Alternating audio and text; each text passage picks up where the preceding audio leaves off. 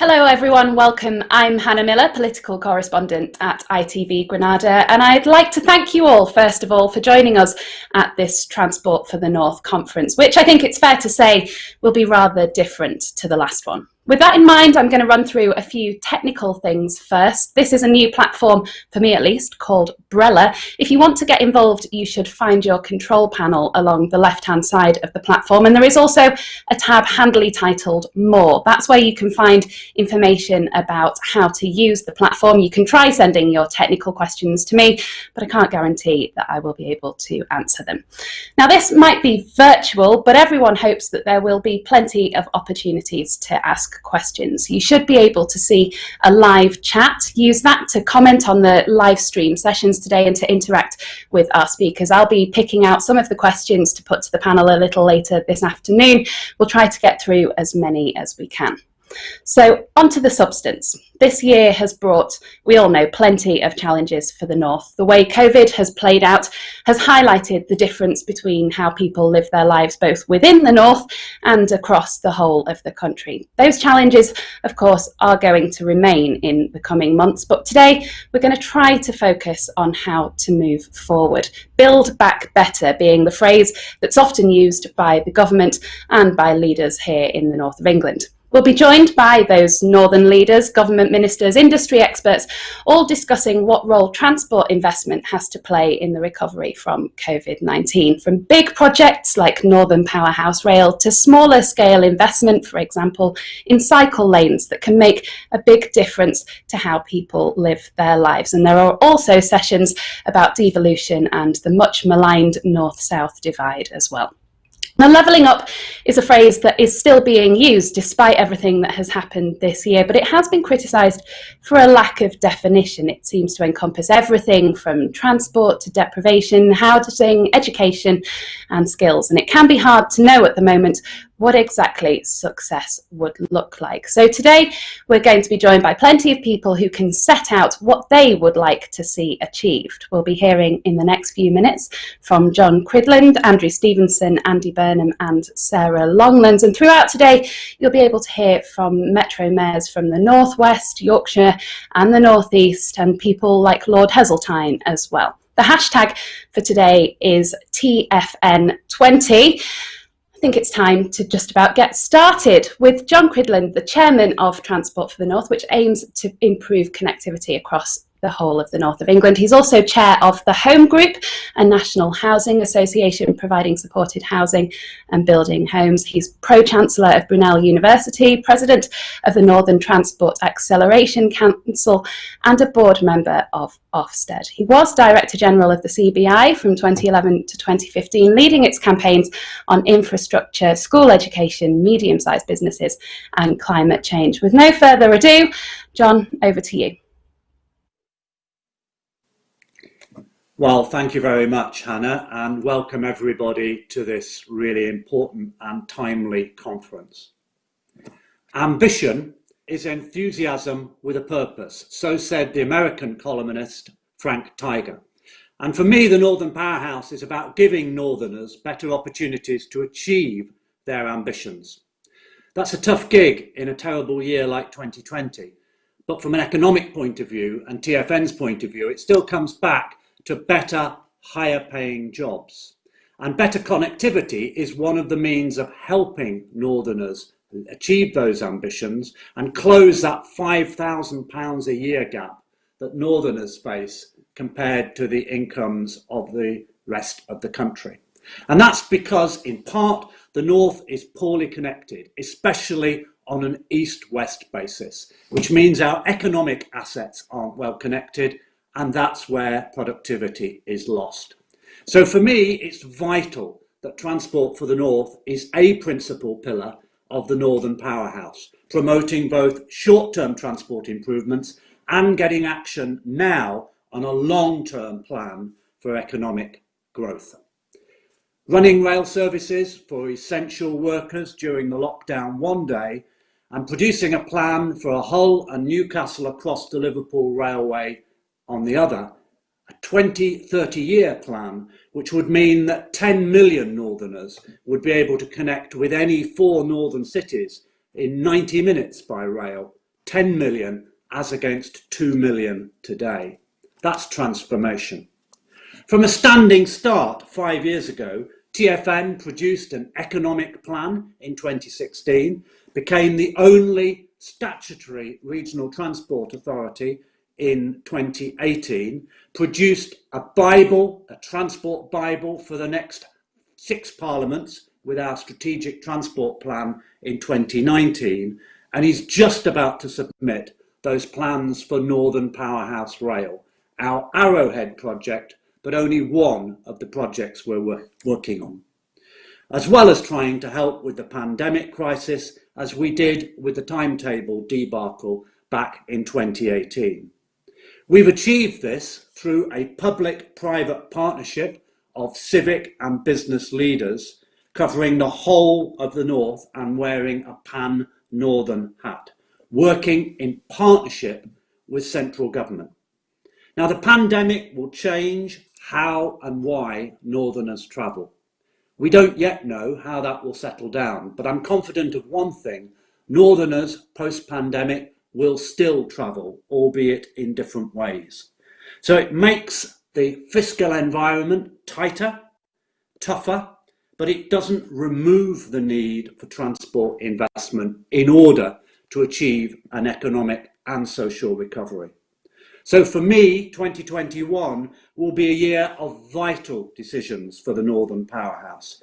Ambitious as well as cost-effective investment, particularly through the forthcoming integrated rail plan. And I look forward to today's discussions, and I look forward to Transport for the North playing its full role in those decisions in the year ahead. Thank you very much. Thank you very much, John. We'll move on now to Andrew Stephenson, who has been a Transport Minister since February 2020 with responsibility for HS2, Northern Powerhouse Rail, the TransPennine route upgrade and skills. Plenty to get stuck into there. He was previously a Minister at the Foreign and Commonwealth Office and at the Department for International Development, first elected as Conservative MP for Pendle in May 2010, where I'm sure many of his constituents get in touch about transport issues of one kind or another all the time. Andrew, over to you. Well, morning, Hannah, and good morning, everybody. I'm delighted to be able to join you today for what hopes to be and looks certainly to be a fascinating conference. And first of all, thanks to Transport for the North for inviting me to speak. It could hardly be a more important time to be having this discussion. Coronavirus has had a hugely detrimental impact on communities across the country, but particularly in the north of England, and has led to a huge dent on the region's economy. I felt that acutely in my own constituency of Pendle. We've been under continuous restrictions in Pendle now since July, and we've seen unemployment double, and we've seen some real challenges for local businesses that will take many months, if not years, to actually recover from. We've seen a lot of the progress that we've made in recent years sadly lost. Unfortunately, we're still some way from beating the virus, but I'm pleased to say with the vaccines being rolled out, we are all now starting to see reasons to be optimistic. We are starting to see the light at the end of the tunnel. COVID's reminded us of how important it is that we generate jobs and economic growth in the places that need them most. And therefore, it's only strengthened the government's resolve to power up the economy and speed up the delivery of the Northern Powerhouse. I'm proud of what we have achieved so far. 3.4 billion of investment through Northern growth deals, almost half of the 100 UK towns to benefit from the £3.6 billion Towns Fund are in the north. In the recent spending review, they announced a new £4 billion Levelling Up Fund to invest in local infrastructure projects. A new National Infrastructure Bank headquartered in the north to galvanise investment. And the next phase of the infrastructure revolution with 100 billion of capital investment next year. And we're also continuing to devolve power. When West Yorkshire becomes a combined authority with a directly elected mayor in May next year, over 60% of the north will be represented by metro mayors.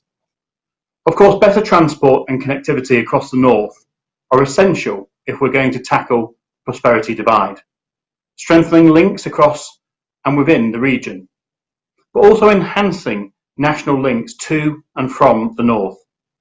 That's why we've committed over 22 billion to fund HS2 phases 1, 2A and 2B to deliver essential north-south connectivity, already generating over 13,000 jobs in the process, including 400 apprenticeships. At peak construction, we're expecting the 3 phases of HS2 to support more than triple that number, including up to 2,000 apprentices, many of whom will be taking the first step of their career on the HS2 programme. HS2 is a long-term investment which will bring our biggest cities closer together, boost productivity and provide a greener alternative to cars and planes for decades to come. As the Prime Minister highlighted in our National Infrastructure Strategy, Northern Powerhouse Rail is also vital to levelling up the north. So far, over 100 million has been spent on developing the programme, and despite financial pressures that we're facing, we've protected the spend with another 75 million for next year. We will continue to work closely with Transport for the North to progress this vital work, and I thank you for your recent submission of a preferred option. Whilst HS2 and Northern Powerhouse Rail are headline projects, it's also important that we continue to invest in everyday travel. So let me run through just a few of the transport schemes that we're currently delivering across the north. We're spending 589 million on the Trans-Pennine route upgrade to significantly boost capacity and connectivity between east and west. We're investing additional 146 million to accelerate the £1 billion A66 dualling, shaving 5 years off the timetable. We've started work on the A19 upgrade 6 months ahead of schedule. Altogether, we've provided £11 billion to improve northern roads over the past 5 years. And there's much more to come. We're rolling out the £4.2 billion local public transport programme, so city regions across the north can upgrade public transport and tackle road congestion. Our new bus strategy will help overhaul bus services across the region. The forthcoming Williams review will introduce a new strategy for rail, replacing the broken franchise model and so securing better, more reliable train services across the north. We're restoring vital rail links through the Restoring Your Railways Fund, for example the Clitheroe-Hellifield or Consett to Newcastle and the Bolton-Rochdale-Bury lines. We're increasing capacity on the A630 around Rotherham and the Griesbeck Road scheme to improve journeys in Cumbria. We're working with northern authorities to extend cycling and walking infrastructure as part of a £2 billion programme. And we've announced £160 million funding to upgrade ports and infrastructure across areas like Teesside and the Humber. We want to complete these projects, all of these projects, as fast as possible. So we've established the Northern Transport Acceleration Council to help unblock the pipeline of schemes which are most important to local communities. Already it's identified where a little pressure could move things along.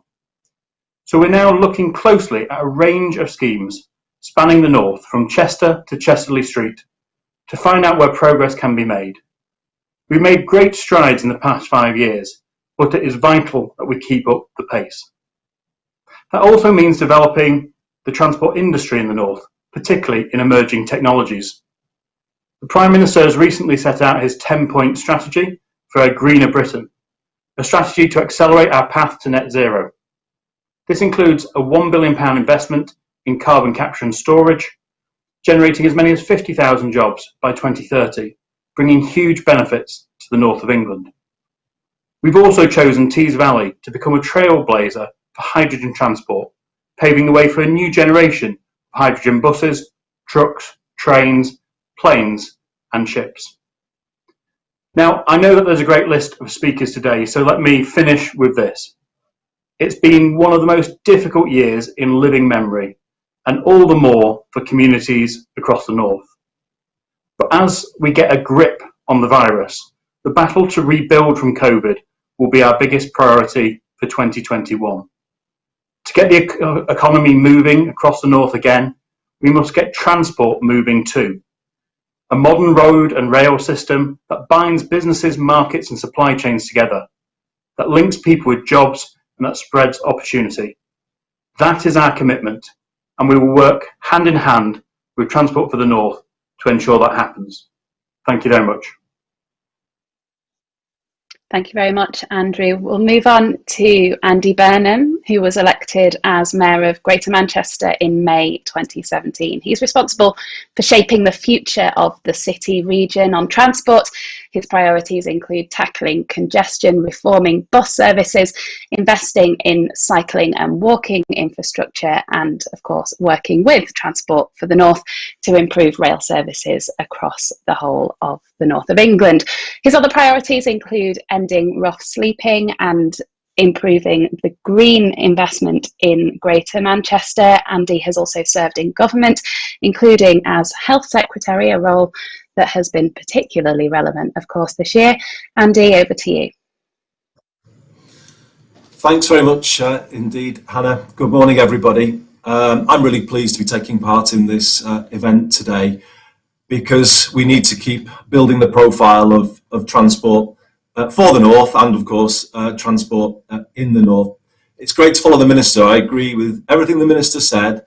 And I think if we look at what's been achieved in the last 5 years since TFN was created, I think we can all say now there is a political consensus around the need for much more focus on transport investment in the North, change on the ground that will improve the way people move around. And you know that has never existed before, but it does exist now.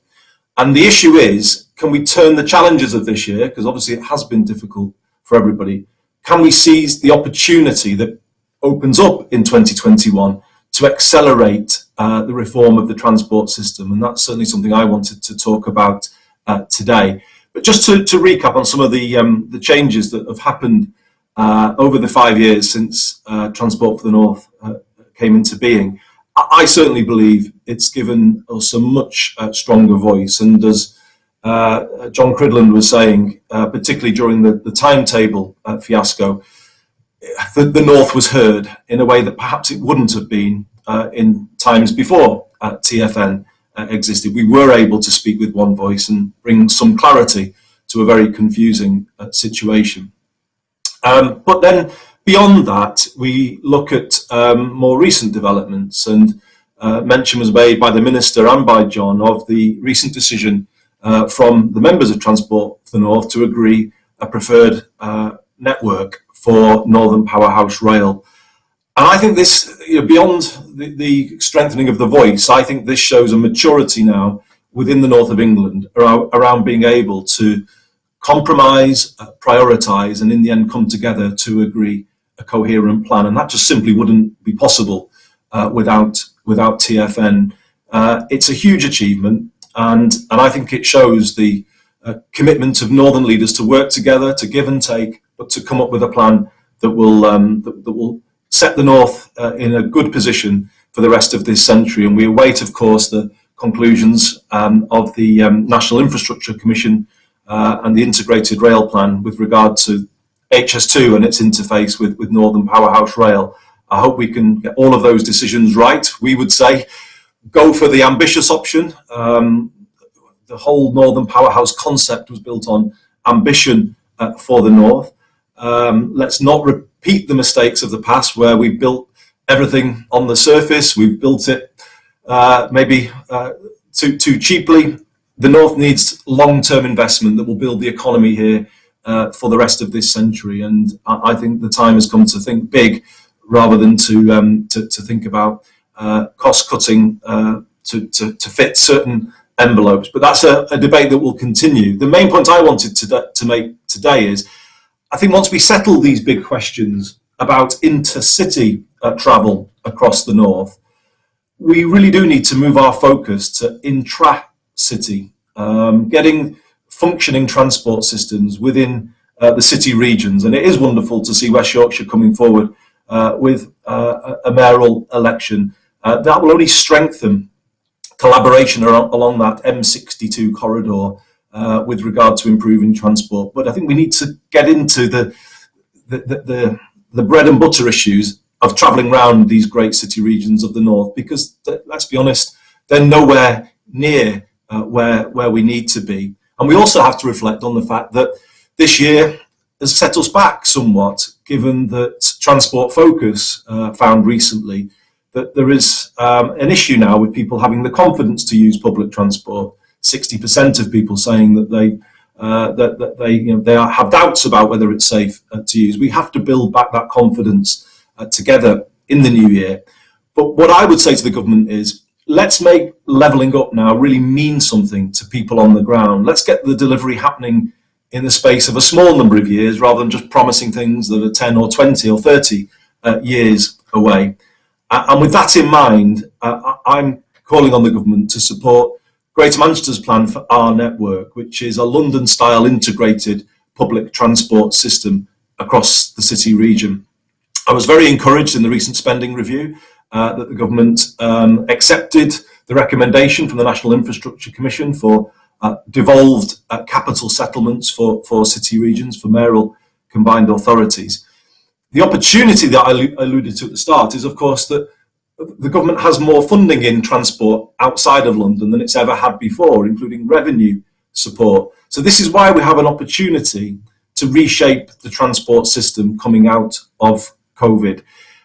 We have a proposal from TfGM with regard to reform of the buses, and we are currently out to consult again, given the changed market conditions that have arisen as a result of the pandemic. But there remains an intention in Greater Manchester to move ahead with reforming the bus system and integrating it with our tram system to create that London-style network. Again, I welcome the funding recently allocated by the government to this end. All of this will create real change in northern towns and cities, which quite honestly have been hit very hard by the pandemic, as the Minister said.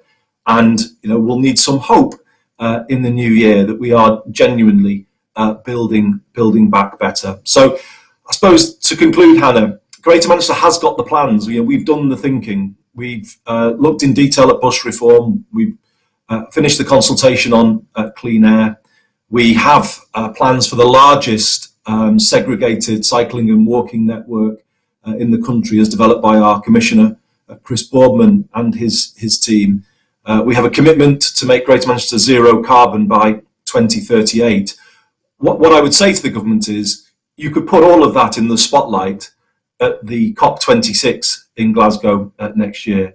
And what that would show is that the successes in transport in London of recent times are now being replicated across the country. And I think that's a very powerful message for us coming out of this year. So Hannah, I will leave it there. Sorry about the technical difficulties, and sorry about the lack of bunting. The Minister was definitely outdoing me there, but I will hand back to you. We've all got used to seeing each other's backgrounds, haven't we? Thanks very much, Andy. And finally, we're going to speak to Sarah Longlands from IPPR North. She leads the North think tank. She's an expert in regional and local economic development, resilience and planning, and has written reports for IPPR North on small and medium-sized cities and towns, democracy and civil society. She has also taken a lead on work including the Great North Plan and a natural assets strategy for the North in collaboration with the People's Powerhouse movement. Sarah, over to you.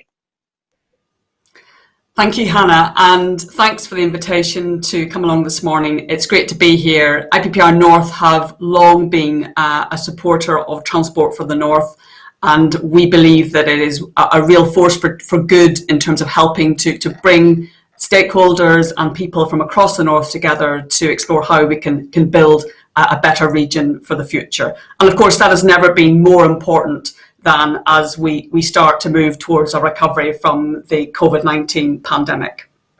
And in our report that we published last week, our State of the North report, our annual health check of the North, we argued that the point of levelling up, that the point of rebalancing our economy in the UK should be to create a good life for everyone, regardless of where they live. And one of the ways in which we define a good life is that you should be able to move freely and easily around the area in which you live and around the region in which you live and work. And at the minute, too few people can do that, even before the pandemic. And we also feel that too few people have the chance to live a good life. From our report last week, we found that levels of unemployment in the north are at their highest level for 25 years. 1 in 3 children are still growing up in poverty, and 8.2% of the working age population do not have any qualifications whatsoever. So I think transport and investment in transport is a vital part of how we start to build back, how we start to recover from this pandemic and from its consequences on our economy. And transport and investment in transport is simply a basic building block for economic prosperity for any modern European region today. And so what we're asking for is not something different or strange. We're simply asking for a system that is safe, that is clean, that is reliable, and is accessible for people regardless of where they live. And we know from our investment that the first stage is about levelling up on investment itself. Because if we're to recover from this pandemic, then we'll need to build back confidence into the transport network, and that will require actually putting the investment into the network itself. And we know from our research that the gaps in investment have actually widened between the north and other regions over the last 10 years, and that is something that we need to start levelling up on in the future. But it isn't just about the connections between cities, important though they are. It's also about the connections between towns and rural areas as well, making sure that people can access new jobs and employment wherever they live, and particularly those people who are actually looking for work as we start to move towards recovery. By not investing, by signalling that you don't want to put the money into particular routes or networks, that actually may have the effect of making inequalities that we know are pretty serious in the north, actually making those inequalities worse, because many people will still need to travel, even in the midst of the pandemic, and many people will continue to need to travel in the future. May do it differently, but we will still need to travel to our towns, to travel to our cities, and we will still want to be part of wider city and town regional discussions. And I think that's by failing to invest, that may actually risk levelling down on people's opportunities for the future. And finally, what we really need in terms of making sure that we've got the adequate investment, of making sure that the routes work for the people who live in our region, is about a levelling up of power. We need the ability to make the decisions for ourselves. Organisations like Transport for the North play a vital role in helping to coordinate and to encourage collaboration and partnership across the whole of the region of the North. We need to be able to draw on that local expertise and that local knowledge, and we need to involve people in that process, bringing decision making and investment closer to where people live and work. And I think one of the key lessons of the pandemic to date has been that central government cannot go it alone. They cannot simply rely upon a one-size-fits-all approach. We need to rely and support the work that happens locally. And I think transport is no exception to that. So as we move towards recovery, I think if we can try to do as much as we can to support people in the recovery, helping them to get to and from new jobs and new opportunities. Secondly, helping to see investment in transport as part of the recovery, in the creation of new jobs and opportunities. And thirdly, helping to level up on the power, the ability to actually take the decisions and start to move things in a faster way than perhaps the centre can do so on its own. So thanks very much, and look forward to the rest of today's conference. Thank you, Sarah. We're going to move to some questions now. You can put them in the stream down the side and we'll try and take some on. There's a lot of agreement, I think, among some of the speakers that we've heard from there about the need to improve transport in the north. The question perhaps is how we do it, what we prioritise, and a question that has come in earlier, we've touched on it a few times. We've talked about the Northern Transport Acceleration Council. We had a question, what even is the Northern Transport Acceleration Council? How can people get involved? How can people contribute? Has it accelerated anything yet? I'm going to hand that over to you, John, first of all. Thank you very much. Well, it's early days, but there's been a whole series of ministerial meetings. Andrew, I know you've been involved with them, with local leaders, and we're already seeing action on local schemes. And the Minister referred to the speeding up of the A66. It's been found that we don't need all of the phases of development that was requiring originally. And I think just a forensic focus. At the meeting of the NTAC last week, we were looking at a new dashboard that officials of the DFT working with local officials have developed. It's taking out the bits of grit that get in the way. So I think we're already seeing some progress. And I think in that way, NTAC at a local level, looking at local decisions and actions today, complements TFN in TFN's pan-northern and longer term agenda. Andrew, do you want to say anything on that? Not much about them, but I agree. I think we had a very productive NTAC meeting last week with Northern leaders. There were key topics on there that we wanted to talk about from the Department of Transport perspective, and updates from the acceleration unit who are looking at exactly what John's just talked about, accelerating project delivery. But there was also some very good discussion from people like Andy about the Green Book and what actually the changes in the Green Book will mean. So I think it is useful, and hopefully it will complement the work of Transport for the North. Thank you very much. Does anyone else want to come in on that, or we can move on to the next question? Shall I say very briefly, we'll move on Hannah? to the next question. Okay, yeah. Oh. Sorry, I'm just going to say I really welcome it. I think it's a sign of the Secretary of State's intent to deliver. So to be able to have that discussion on issues of common interest is, it's really really important. And I think there's a proper differentiation now between the role of TFN and the role of the Northern Transport Acceleration Council. And really good meeting last week, as the Minister said. And the Green Book change, if that comes through, could really could change the whole way in which we are able to make progress. So it's a really positive development. And to think even sort of a few years ago that such a body as a Northern Transport Acceleration Council would even exist, I think is a sign of how far we've come. Thank you very much, Andy. Another question we've had is, what is the most acute challenge that we face on transport in the context of the pandemic? If you had to pick one thing to overcome, what would it be? I think I would pick the importance of building back confidence actually in the network, in the transport systems that we've got, because for the last 8 months or so, however long it's been, seems like forever, we've been constantly told to avoid using public transport, thereby undoing decades of work to try and help people to move into sort of more sustainable forms of transport away from the private car. And I think a lot of that work has been undone. So I think trying to build that confidence back and help people to feel safe and secure about using public transport again will be the biggest challenge that we face. Nods of agreement there. Andy?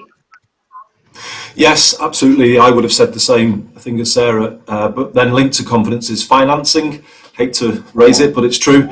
We're going to see obviously reduced public transport usage as we recover from the pandemic. So working with the government to deal with the effects of that, the fare box will be down for some time, and it's a long recovery plan, I think, for the finances of public transport outside of London. The risk might be that in a deregulated bus system we might lose routes, and that will put pressure on councils. So I think it's going to be a case of us working very closely together to build back towards a sustainable financial basis for transport outside of London. A question perhaps related to that's come in particularly for Andrew, for the Minister. Last week, so Michael Sass says, last week the government announced £1.1 billion of cuts to rail infrastructure enhancement funding. Will this affect schemes underway or in development in the north, or will we be protected from these impacts? Well, first of all, they weren't cut what we've had is a challenge with Network Rail's pipeline, and we've had a kind of about a £1 billion underspend. So the challenge with the pipeline is moving projects forward and ensuring that we're always spending the correct amount of money within any control period. Because we've had a 1-year spending review, unfortunately that poses challenges. Now, we would all want a longer spending review. Obviously the government's intention was to do a longer spending review, but given the unprecedented situation we're in, it became a 1-year spending review. There are challenges, and Andy was quite right to pick up on financing is an issue. To take rail, for example, rail has very high fixed costs, and this year, just to run actually the reduced services that we've been running, have cost the taxpayer in excess of £8 billion more than usual, because of course there's been an enormous drop in revenue coming in from passengers. So suddenly the rail sector becomes a massive pressure on the public finances that normally it isn't, because a lot of the day-to-day operational costs of the railway are paid for by passengers. So there's some real challenges, and therefore, going back to the original point, confidence is so important. We need to get people back using public transport again. We need to convince them that it is safe, and we need to be able to ensure that it acts as a stimulus to our economic recovery. John, do you want to say anything about the finance that's available for transport in the north and that building back confidence issue? I don't think I've much to add. I mean, clearly we've been running largely empty trains on some of the longer distance routes, and we have to work out what people are going to do with their travel patterns in the longer term. My housing association, we have 2,500 staff. Our offices have been closed since last March, and there's not much likelihood of them reopening in the short term, except where our local offices are interfacing directly with our customers in supported accommodation.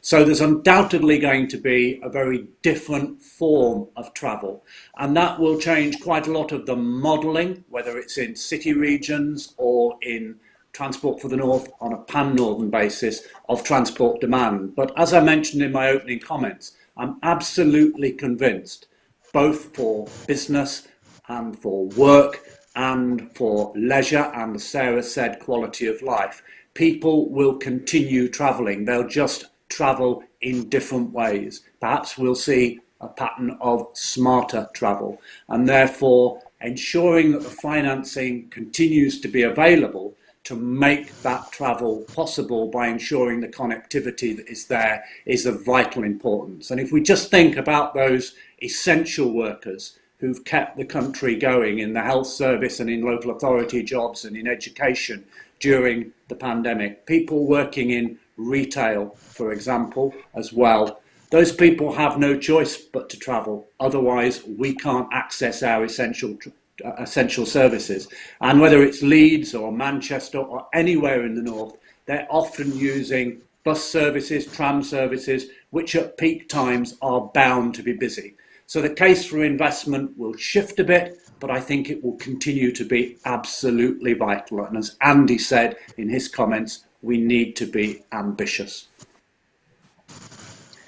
We've had a question from Michael about an issue we've not touched on much, about freight, basically asking what role does freight have in the sort of further development of northern transport. Should we come to you first, Andrew?